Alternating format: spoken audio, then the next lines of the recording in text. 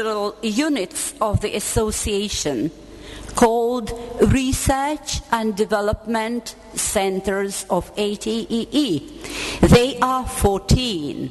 So you will see 14 plus 1 concurrent thematical clusters of sessions. The organizers are proud to inform you that the conference has an invited session of the Baltic Association of Historians of Pedagogy. The association doesn't belong totally to ATE, only for these days, but they are here to discuss the problems related to the history of teacher education and pedagogy. They have their own group of constant researchers as well as new participants who are interested in the serious, well-planned and coordinated activities of the historians. Their sessions are open to all who like to discuss findings in the history of pedagogy in the Baltic region. You are welcome. Therefore, all in all, we are having 15 thematic clusters of the parallel sessions. They cover 50 slots of the parallel sessions with 3 presentations in each. About 140 presentations during the 2nd, 3rd and 4th days of the conference. So you will see every day several parallel sessions running. Besides, on August 28th, we are having a slot for 3 symposia and 4 workshops. On that day, we have no parallel sessions so that you can participate in the activities suggested by the authors of symposia and workshops. In the premises of the conference, you will be able to participate in poster sessions and panel discussions. They will appear maybe yesterday, maybe the day after yesterday. I would love to introduce one more object of our pride. We are having about 50 doctoral and master students. It will definitely add to the diversity and success of the conference. We shall be able to discuss problems related to teacher education and their professional growth at different stages from the perspectives of teachers, educators, students of the educational programs. Certainly the conference would not be the same without the views, ideas, findings, suggestions of those who are recent school learners for whom the educators work today and who are going to be teachers and teacher educators themselves. The students' participation is especially significant at this current conference, where we are going to discuss teachers' professional growth through stages from pre-service education to experienced professionals. Thanks to the students, the current conference covers all these stages, not only by presentations, but by personal presence. Thank you.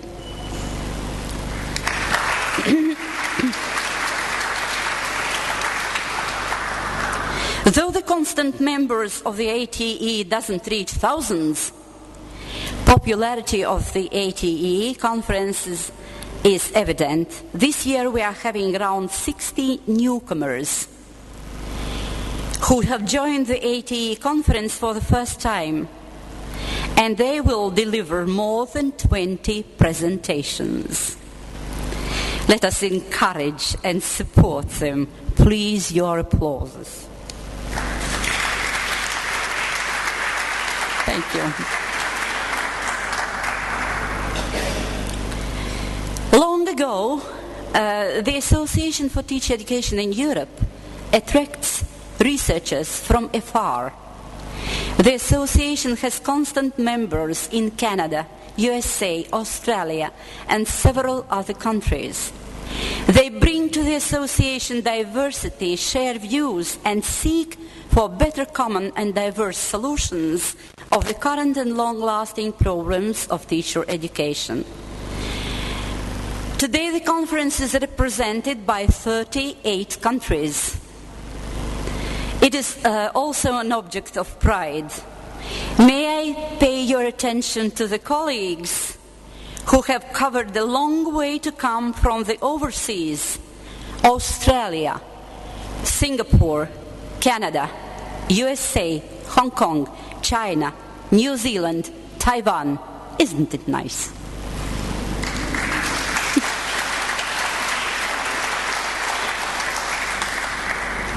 And now I would like to introduce the keynote speakers. Definitely you will meet them on their time, but still it's good to know them today. Dr. Lea Kozminski, K College, Israel. Will you show yourself, please? Thank you. Dr. Viviana Collinson represents 2 countries. The USA, her university country, and Canada, her homeland. Viviana, please.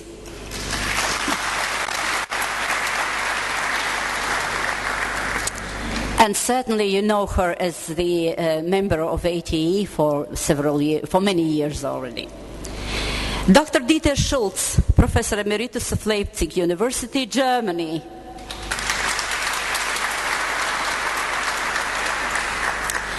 And Dr. Andres Rauchvargers, Professor of the University of Latvia.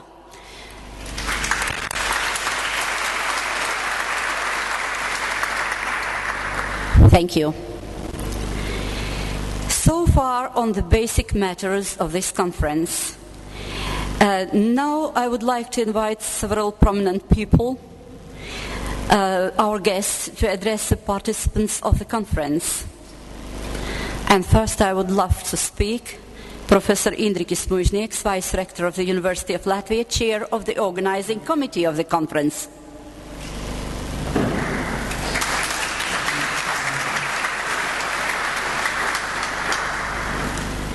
Thank you, and I would like to say that it's my honor and pleasure to welcome the distinguished participants of this conference here at the large aula of the university, which is probably one of the few universities in the world which are called or named not after the city where it is located, Riga, but after the country which it is representing. And it has a good justification in history, because this university was founded in 1919, just a year after the independence of Latvian Republic was established.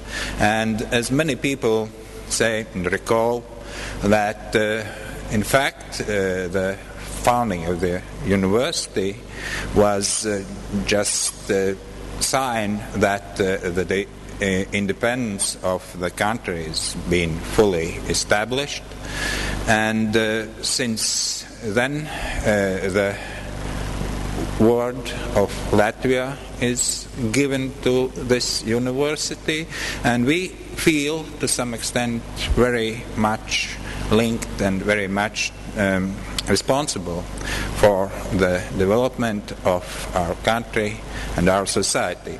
And this is also mentioned in the mission statement of the university, which in short says that our mission is to support the development of our country.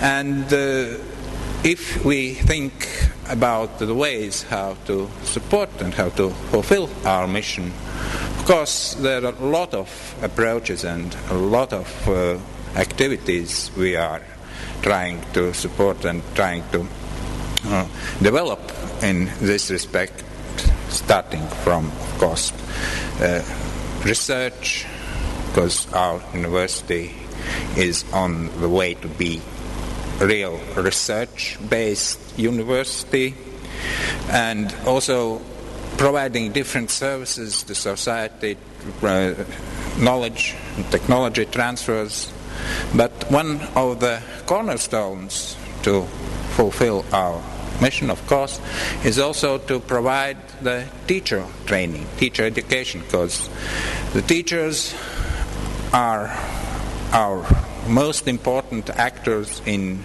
contacting society, in providing the basis for the development of country and, of course, for the development of the university and the whole. And in this respect, we also, I would say, have to be, we are proud about our Faculty of Pedagogy, Education and Psychology and Art, where more than 1,000 students are involved in several programs, directly leading them to the school qualifications, for teacher qualifications. We are also involved in a number of projects which are supported by European social funds for the further development, further education of teachers in general education, in vocational education, in the education which is dedicated to the pupils with special needs. We are also doing considerable piece of local, national and international research dedicated to the outcomes of teaching. We are the national point of providing national evaluation of PISA exercises and other exercises which show what are the results of teaching in schools, high schools and general education. We are also participating in, let's say, some experiments in teaching, like we are the support point for so-called new activities like Mission Possible, or something what is like Teach for America, or and trying to find out the new ways how to involve the students and motivate them, saying that teaching, it's cool at the schools, and those who are teachers, those in fact are the real leaders of our society. And it's also indicative that now on the eve of the new academic year at the university, there's a lot of conference activities going around, and we have 3 major large European scale conferences going around at the university in those days, and 2 of them are dedicating to teaching problems, and your conference, of course, is let's say the flagship of those activities at the university. Right before we start our activities and break out for our everyday work in preparing new teachers, and also not just in the Faculty of Pedagogy, Psychology and Art, but also in other faculties, because we have the 2 ways how to approach to this start of the teacher's life cycle, which you are going to discuss in your conference. One is going through direct programs leading to teachers' qualifications, and the other way is also the possibility for the students from all the other faculties who have obtained their first degrees to develop themselves on top of this first degree, some teacher qualification, mostly for teaching on already higher level secondary education, and being, so to say, specialist teachers in science, math, engineering, so on. I hope, that those speeches, keynotes, you will hear also the discussion in so many working groups and slots will create a really new and important initiatives, new ideas for projects and cooperations. I was mentioned already twice as being the chairman of the organizing committee of this conference. I would say I had really serious task. I was responsible for weather conditions, and I suppose that the weather is quite fine at the moment. I've heard that the next days the rain will come, but it's again on purpose so that you are just motivated and concentrated on the conference activities.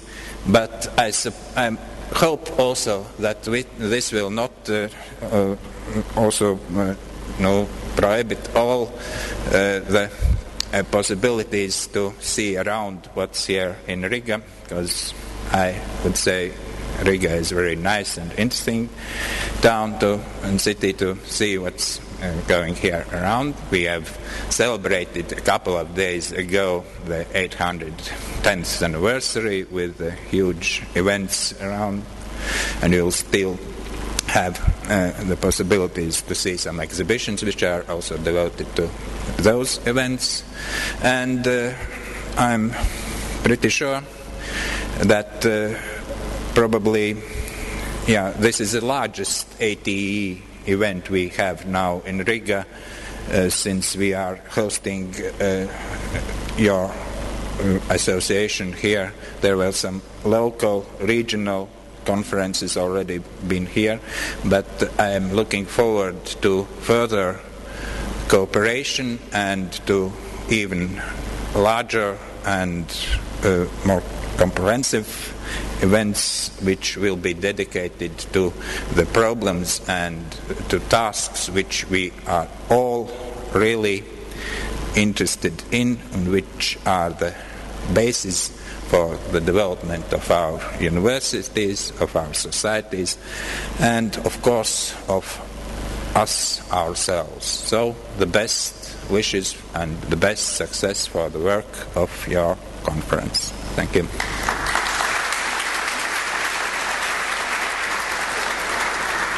Thank you, Professor Muznieks. Thank you for chairing the organizing committee. And if you promise to chair another organizing conference, we shall think of another conference. Thank you. May I ask President of our Association of ATE, Justina Erkl, to inspire us for discussions. Thank you. Thank you very much, dear ladies and gentlemen, dear friends. I prepared a long speech, but then Irena has told most of what I wanted to say already. So she has told about who has come, how many participants, how many newcomers. I cannot be inventive anymore. I would just say that professional teachers are key to the improvement of students' learning. And that is why the theme on teacher professional development is so important.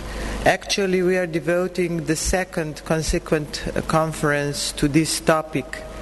And this year's topic, Teacher's Life Cycle from Initial Teacher Education to Experienced Professional, is actually about whether we prepare teachers to educate students for tomorrow's world, and whether the initial teacher education and continuous professional development are effectively linked, or there is a gap between them, and how can we bridge this gap. I hope that at the end of this conference we will not have more questions than answers. But on the other hand, this is the value of such conferences, to open, to raise questions, and to try to find solutions.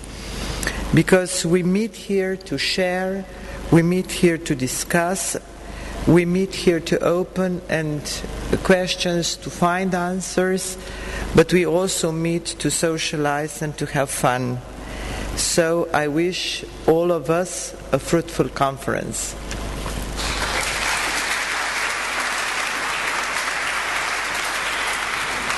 Thank you, Justina.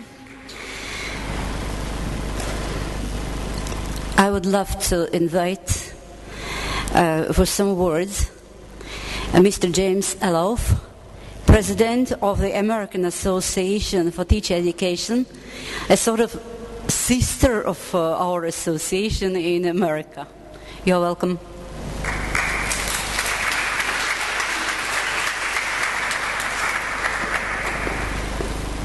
Thank you very much. Greetings from your colleagues in the United States of America. As many of you know, we also struggle with many of the issues that you face here in the States, in Europe. And that, of course, is creating a life cycle that is worthwhile for teachers. In so many ways, we lose, as you lose, teachers in droves. I was just coming from a World Federation of Association of Teacher Educators conference in Paris, where we met with the directorate. Two of your own colleagues are involved. When I learned that my home was shaken by an earthquake. Now a hurricane approaches. Somehow or another, being a teacher educator has something to do with this kind of turmoil. I have been a teacher educator for 30 years. I've been a clinical practitioner. I'm a professor of education at Sweetbriar College in Central Virginia. I have supervised student teachers for every one of those 30 years. And I'm always amazed at the resilience of teachers to continue pushing, to continue working, to do the right thing for children. Because after all, what it's all about, colleagues, is children. What we really do is develop teachers who help children become lifelong learners. When we see teachers beginning to miss out, to drop out of their profession, then we need to work together as colleagues, as partners, to figure out ways to research, to continue to grow together, to reach across the oceans and figure out ways to help people decide to stay in teaching. This is not an easy task because in the States I've seen my own students continue to work for 5 or 6 years and then come to me and say, Professor Aloof, I can't do this anymore. I'm exhausted. It's too much work. I'm not paid enough. I'm not supported enough. And of course in American schools, depending on where you are, that is a chronic problem. And I have a feeling that in Europe, it's not much different. In fact, at the World Federation meeting, we discussed with UNESCO folks about the fact that worldwide we are losing teachers. This is devastating news because in the long run, the children of the world suffer when we do not have well-qualified teachers in classrooms. I think your timing for your particular topic is very important, and I'm looking forward to the discussions and the research that you're presenting on how to improve and retain teacher education, teachers in the field. For myself, I am completing my term as president in San Antonio, Texas, February 12th to the 16th. And during that particular conference, my theme will be creating a global community of learners, guiding the future of education. I'm inviting you to come and visit with us and discuss and attend sessions and discuss with us what this particular theme means and how we can work together on our common problems. When I talk about this theme, what I'm attempting to suggest is that our collaborations must also be political. This is not a time to be indecisive about the importance of what we do. And in the States, teacher education has been more or less under constant attack for the 30 years that I've been a member of that community. And it's very difficult to think that people don't appreciate the importance of teacher education. I think we need to work together, and I hope you will come and visit with us and discuss with us what these issues might be.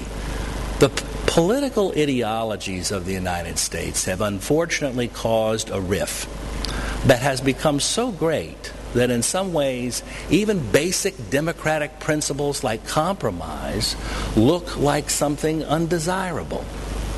This is, of course, a major issue for us because without compromise, how can a democracy exist? So I'm being very blunt. I'm being very inviting, I hope, and open with you because I hope you understand our problems are the same. And I hope that you will take the time to come up and talk with me. If you see me in one of your sessions, make sure you say hello. Let's exchange ideas. That's what the conference is for. And let me thank you once again for inviting me. I'm thrilled to be here. Thank you.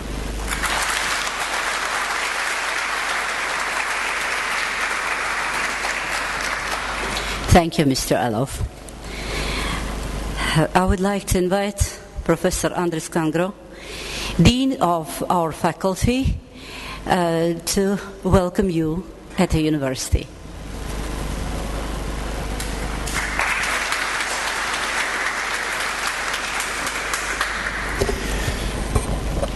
Dear participants of conference, I have great pleasure and privilege to welcome you on behalf of Faculty of Education, Psychology and Art of University of Latvia.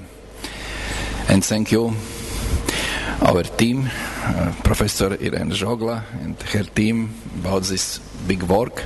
Of course, together with association to organize this conference and many other conferences, so-called summer schools, ATE summer schools, which we have many times, I think, maybe five, yeah. Teacher education is a very important part in our faculty. And of course this is research and project-based things too. But our Vice Rector precisely described all this situation and I will not repeat this.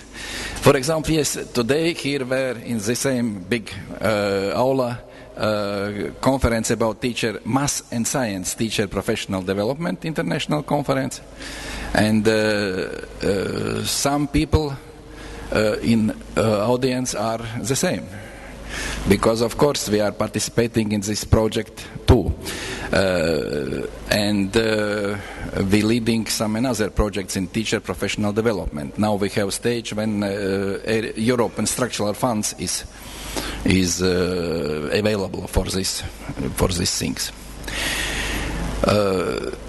If we are looking to teacher education in university, maybe a few words, because in big university, 20,000 students approximately in our university. This is a big university for Latvia.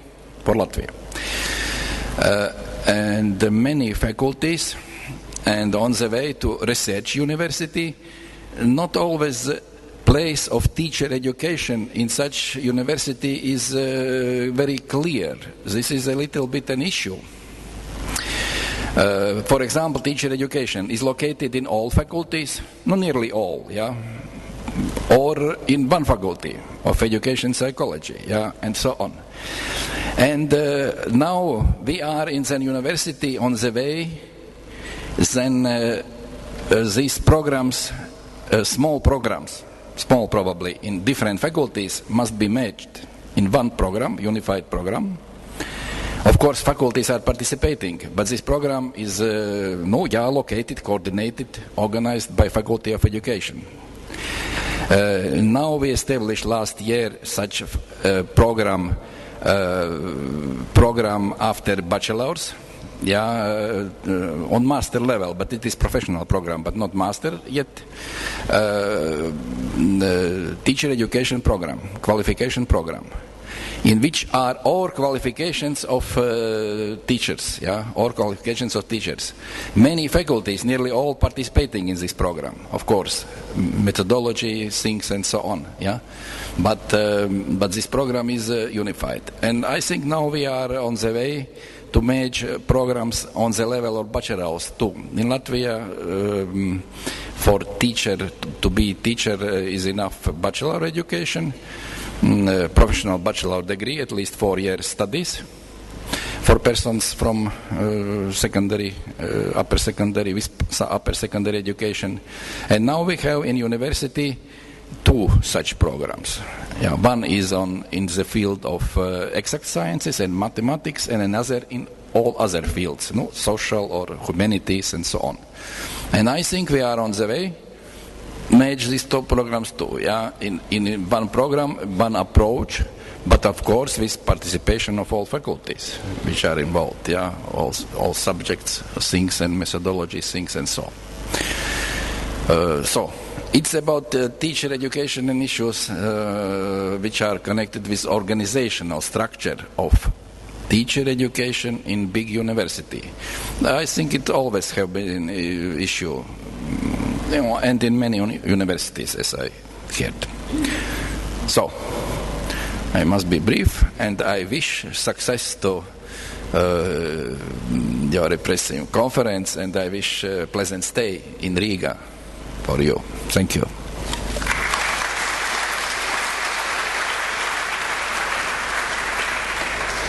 Thank you, Professor Kangro. Now several problems had been raised already, and let's invite or ask or address Mr. Paul Holsworth, the viewpoint of the European Commission. You're welcome.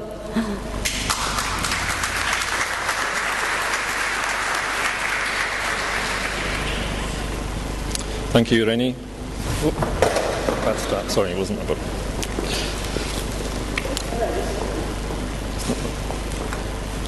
Good afternoon, ladies and gentlemen. Good afternoon, colleagues. Thank you for, first of all, for inviting the Commission to speak at this conference.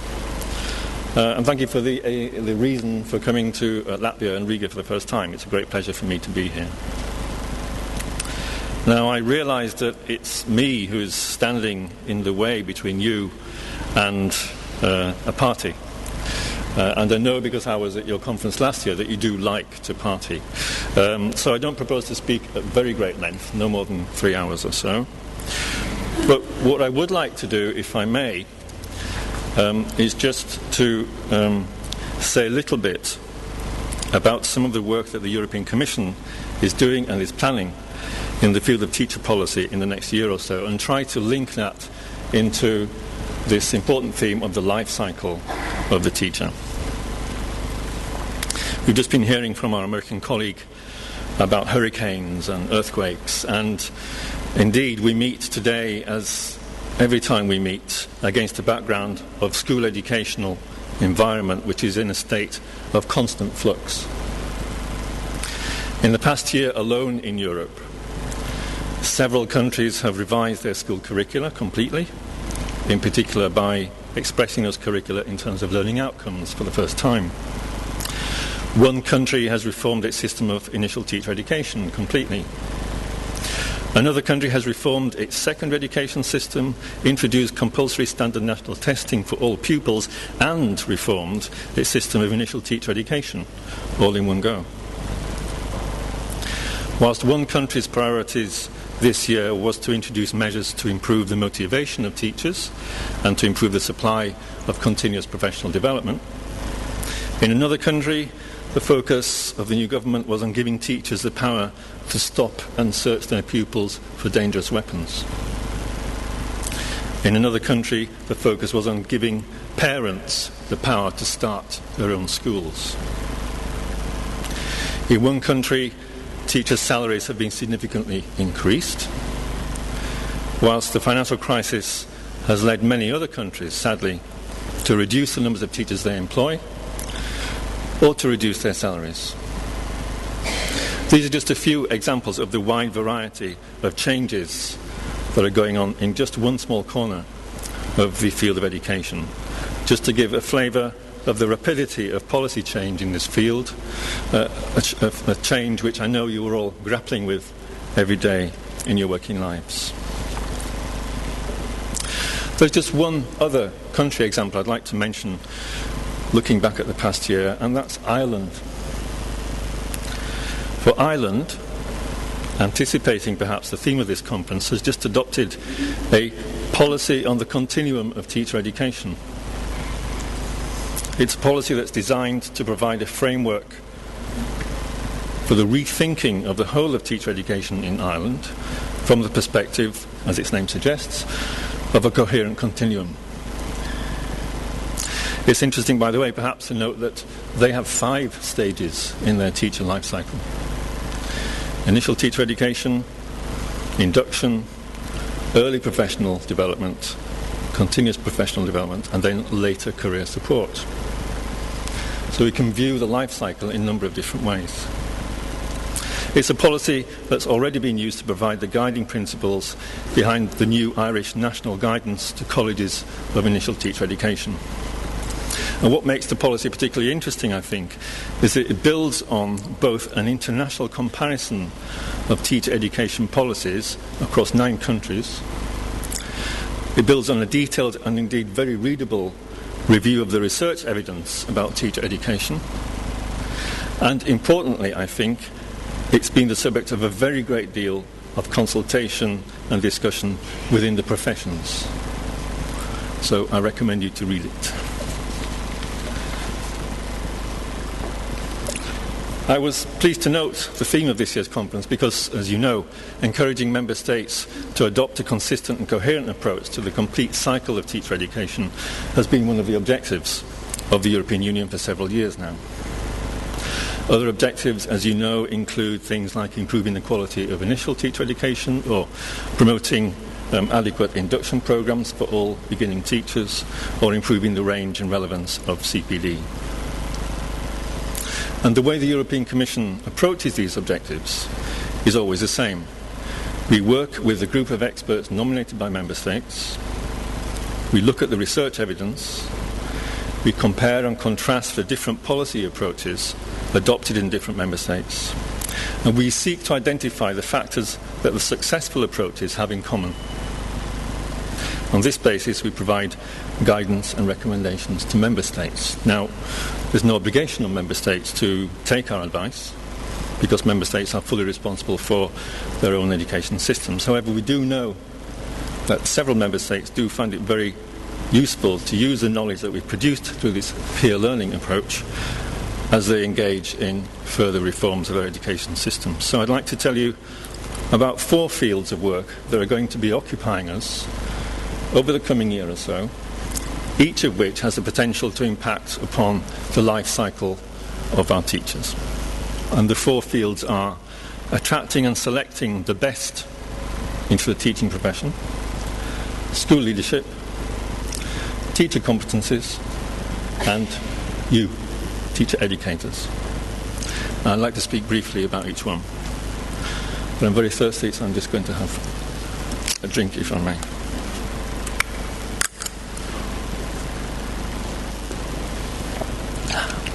Of course, thinking back to our conference theme about the life cycle, there is, as you know, some debate about where that life cycle begins. Is it when a student first enters initial teacher education? Or do we follow Goodlad, who believed that teachers teach as they were taught? In which case, we'd have to say that the life cycle of a teacher begins back in kindergarten or in primary. It's quite a worrying thought, I think. Whatever the case may be, it goes without saying that member states have to make sure that they have enough teachers and that each of those teachers is capable of doing a good job. And this is the first of the 4 themes that we'll be focusing on in the coming year. But as you know, attracting the right kind of people is a big problem, big challenge in many member states. In some cases, the number of people applying to enter the profession is smaller than the number of people leaving it through retirement or through disaffection. In other cases, the number of applicants is sufficient, but their quality is poor, because initial teacher education may be seen as some kind of last chance or last choice by students who fail to get a place in more prestigious courses. And in other cases, there may be a good supply of good high-quality candidates, but they may not reflect the makeup of society in terms of ethnicity or gender, for example. The consequence is sometimes that teacher education institutions or even whole systems feel obliged to reduce the quality threshold for applicants. That's not good for the effectiveness of our education systems. It's certainly not good for pupils. Let me remind you that we still have education systems that are failing 20% of our young people. Can we talk about an education system if 20% of our people, young people, are leaving school without being able to read their own language? 20% are leaving school without having a basic secondary education certificate.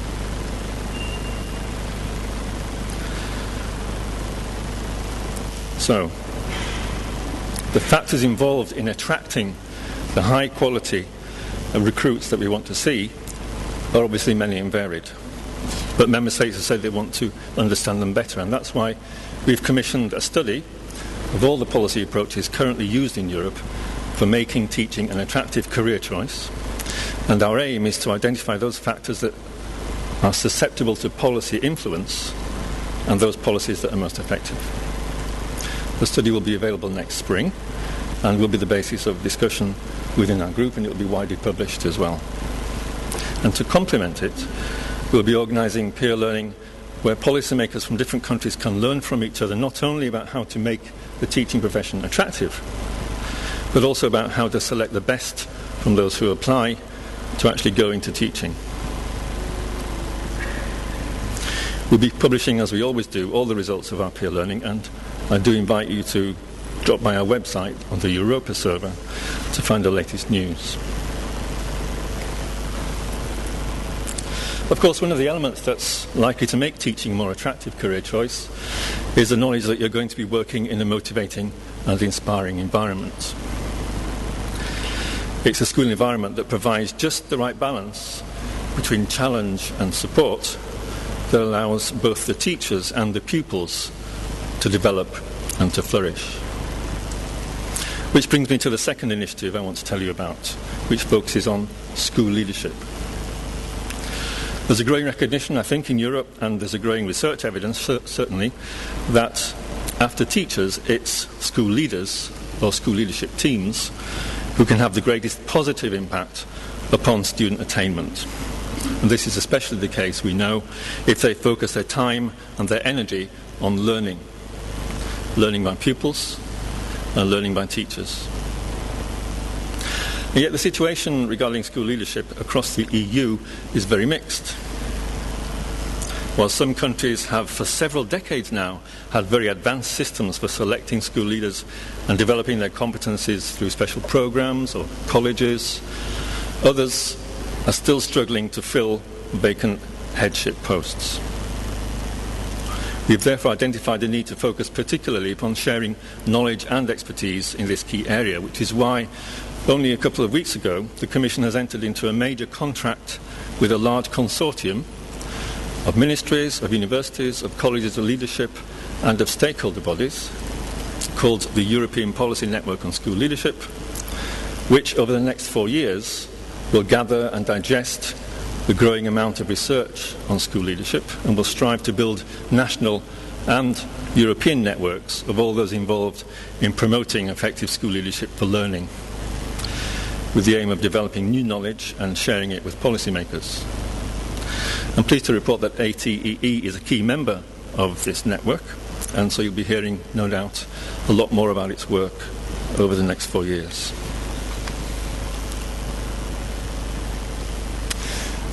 Well, school leaders can be most effective when they've chosen a team of teachers that has the right mix of competencies. And competencies is the third of the four issues I mentioned that we're going to be tackling at the Commission through this peer learning process. You remember, don't you, that the recent OECD TALIS survey showed, like every other survey I've ever seen, that a large proportion of teachers feel ill-equipped to deal with some of the tasks they face, notably working with learners with special needs, making the best use of new technologies, and so on. It's interesting, at least I find it interesting, that these are not new phenomena. Learners have always been individuals with specific needs who require specific responses from their teachers. Teaching has always involved making the best use of the technologies available at the time. So how is it that so many teachers feel ill-prepared? No doubt it's a question that keeps you awake at night. No doubt it's partly to do with this problem I mentioned earlier of recruiting the right people into the profession. But maybe amongst all the other factors, it's also partly to do with the fact that in many member states, I would say most member states, there's a lack of clarity, maybe also a lack of transparency about what teachers are for. In most countries, neither the state nor indeed the teaching profession has defined the competencies that society believes a teacher should be able to deploy in order to be effective. The result is that different courses of initial teacher education, even within the same country, may be equipping new teachers with different sets of competence. There may even still be some initial teacher education programs that, despite all the hoo-ha about Bologna, are still focusing too much on what they want new teachers to know and not enough on what they want new teachers to be able to do or to be. And this, of course, raises some fundamental issues. We know from research evidence, don't we, a growing body of research evidence, about how much real damage is being done to our young people by teachers who are not effective. How can we assure that our school systems give a fair chance to every pupil if we can't be certain that all our teachers can deploy effectively the teaching competencies that they need? So in the next 3 months, we'll be discussing the different ways in which policymakers can start to tackle this kind of issue. Policymakers and the stakeholders, the profession itself, notably. How can we set about the task of having a discussion about what tasks, what competencies, what knowledge, skills and attitudes are appropriate for teachers in different phases of their careers? To complement this, we'll also be looking at the kinds of policies and systems that member states can put in place to make sure that teachers can then acquire these competencies and can carry on developing them throughout the whole of their life cycle of their careers. And again, we'll be publishing guidance to member states who wish to put their teaching policy on a firmer footing in this regard. Excuse me. Now, the last of the 4 topics I mentioned, which the Commission with this group of national experts is going to be focusing on particularly over the next year, is you, teacher educators. If you were present at last year's conference in Budapest, you may remember my director, Helen Clark, telling you that your profession is moving closer and closer to the centre stage in European discussions about education and about schooling. Of course, we've always known that teacher educators are important for the quality of our education systems.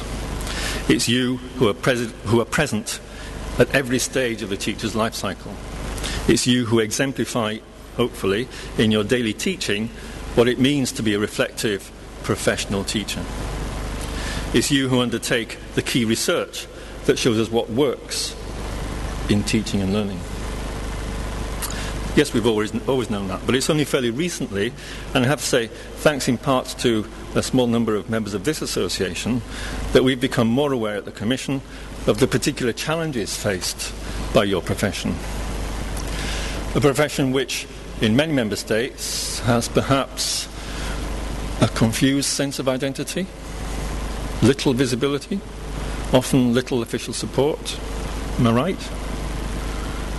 If you ask your Ministry of Education what is their policy for teacher education, for the teacher educator profession, for you probably find they don't have one. probably find nobody else has one either. And yet this is the profession, yours is the profession, to which 6 million teachers turn for instruction, for guidance, and for professional support. How can a country not have a policy that's guiding and supporting you and your work? How come you're not clamouring for one in each of your countries? So it's no surprise that education ministers in 2009 asked the Commission to review the recruitment, selection and professional development of you, the teacher-educator profession. And in response to that request, this group of experts that I referred to has embarked upon a very ambitious programme of peer learning, which will take place in two stages over the next year. Firstly, within each member state, we're going to be collecting information and holding discussions, collecting opinions and ideas about the profession, about its role in each country, and about the policy framework in which it operates, if any. And then secondly, we'll be feeding all of that information into a major peer learning conference in March next year in Brussels, so that academics, policymakers and stakeholders together can discuss the needs of your profession from a policy point of view. What kinds of approach work best to attract people with the right competencies into the teacher-educator profession? How can government or others best support the professional development of teacher-educators? How can we bridge the gap that currently exists between those who educate teachers in schools and those who educate them in universities? Or for that matter, the gap that exists between those who educate teachers in one department of university and those who educate them in another department of university? How can the profession itself make its voice heard in each member state? I imagine that these are just some of the questions that such a conference is likely to raise and hopefully begin to answer. Through this work, we aim not only to raise policymakers' awareness of the need to support your profession to be even more effective, but also to provide them with some of the practical ideas about how they can go about doing it. I'm very pleased to note that members of ATEE are playing an active part in helping the Commission to facilitate this work, and I can show you that we will continue to make sure that your profession is well represented in all of the peer learning that we undertake. So in conclusion, colleagues, I hope that the Commission will be able to report back to you in a year's time about the progress that we've been making in each of these 4 fields. And in the same way, I intend to take back to the Commission from this conference some of the new insights, new knowledge and new understanding that I can then hope to feed into that process. For ultimately, I think we're all involved in one process, which is of making our education systems as effective and as equitable as possible for Europe's learners. So on behalf of the European Commission, I wish you a very productive conference. Thank you.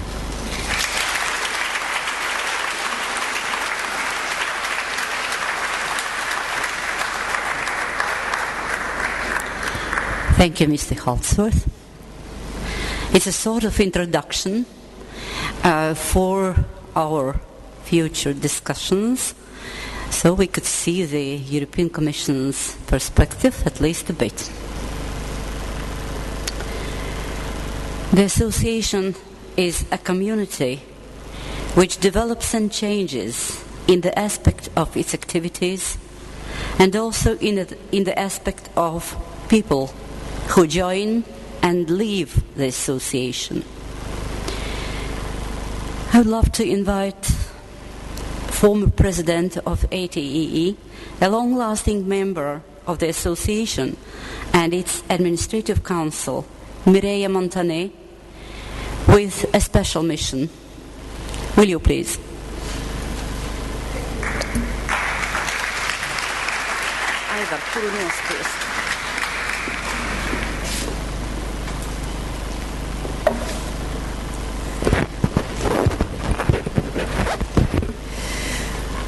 Authorities of the Latvijas Universitātē,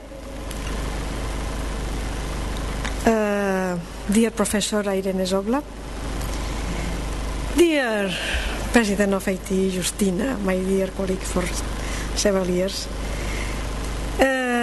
Dear President of ATE States, Jim Aloof, and dear Paul Hosworth, I think is one of the few native English speaker with I could speak my mother tongue Catalan.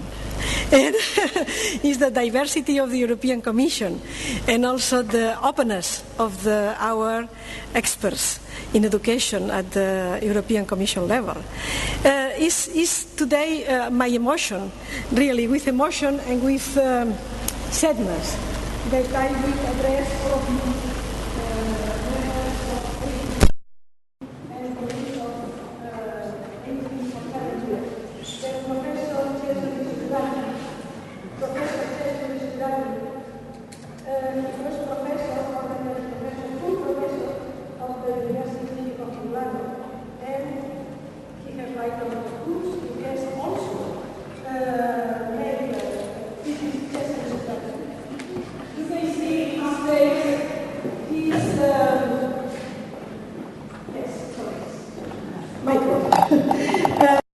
His face here, Professor Cesare Scurati. He was the president of the academic committee in our conference in Sicily, organized by Professor Giovanni Poliani. If you remember, in Sicily, the conference, he was there. But he was also member of ATE for 20 years, and he works at the administrative council for 6 years. But he is present here, I think, because he has been director of one of the most interesting journals, just in school leaders. As we have here Justina, who is expert on that, and we have our working group about that. And you know the importance, Paul has just mentioned, the importance to be a good leader in our schools. We need good leaders. This is a very well-known review and journal made in Milano, and he has distributed all Europe. And he has participants all of Europe in this journal. And for that, I like also to mention some of his publications. But he has been also director of IRSAE. IRSAE has been the Institute for In-Service Teacher Education. You know, all the cycle of their lives. Not only teachers, but professor also dies. And unfortunately, Cesare Scurati passed away last May. And for that is really, I think, we need to devote to him some few minutes here in his memory, in memoriam of Cesare Scurati, because he has so critical thinking, but in so honest way. He was saying always the truth. He was critical thinking, but not because it was a fashion at this moment. It has been always like that. He was a philosopher, he was a psychologist, he was a pedagogist, but he has been also a school teacher, a school principal, and after that he made a lot of research in all of these fields. And what I remember from him, I have been with him working for several years, was his democratic spirit. He devoted a lot of hours and spaces to his students, and never to take profit from them, to help them to make their own way, not to take profit of the work of the students. Sometimes it happens, no? It was always there, and devoted so many hours to them that he has really now in all Italy his followers. I think that ATE will be very grateful for him, and I invite you to read some of his books: Humanism in the School Today, The School Education, Profiles in Education, Pedagogy of the School, Educational Experience and Pedagogical Reflection. Really, I think that for us, it's a pity that he will not be here with us and to share with his fine spirit, fine intelligence, no? Our thoughts, during these days. For that, I like to celebrate this extraordinary intelligence of Professor Escurati, and I like to express affection and gratitude in name of all of our association, and I invite you to read some of his books, and I invite you to celebrate him with a big applause.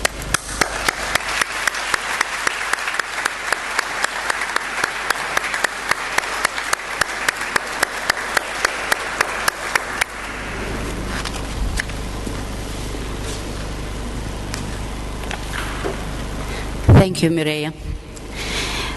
When I came in May for the AC meeting, when we discussed the organization of this conference, we got to know that on these days, or the day before exactly, professor of Catholic University in Milan, Cesare Escurati, died. Suddenly the old members of the association will remember him. We remember our Cez, as we used to call him, and the new members of the association definitely will read his publications. It's worth reading.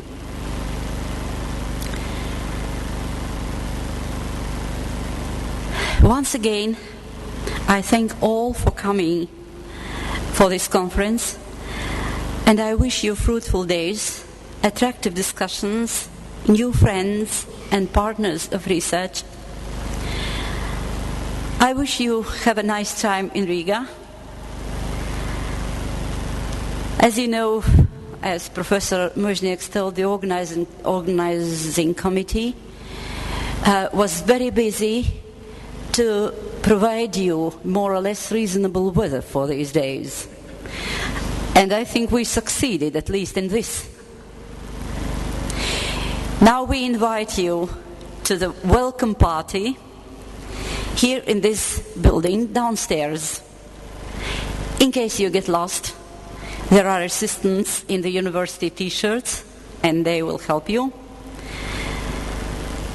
And I shall try, or the organizers will try to give you details on the current day every morning before we start.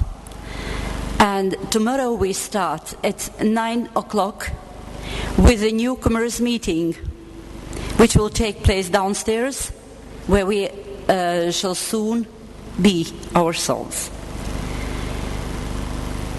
And the first keynote address is scheduled for 10 o'clock in the morning. You saw Dr. Lea Kozminski, and she's presenting, she's delivering the first keynote address. And now I'm absolutely sure no more instruction is needed. You are invited to the welcome party downstairs. Go ahead. Thank you.